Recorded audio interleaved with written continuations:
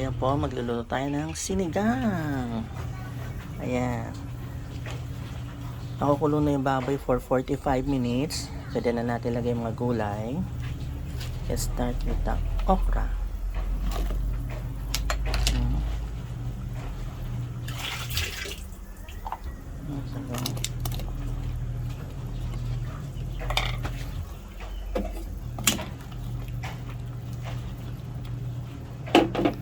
Takpan muna po natin. Ganito yung sa'yo dati.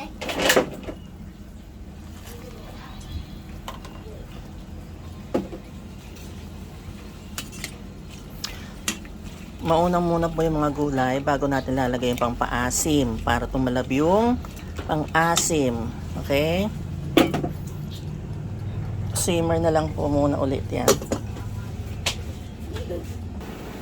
Ito lalagay natin yung with gabi kasi para anong tawag yun? Lumapot ang sabaw.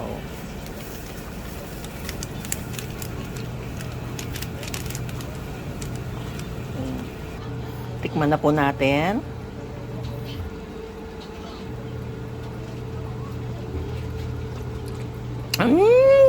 Asim!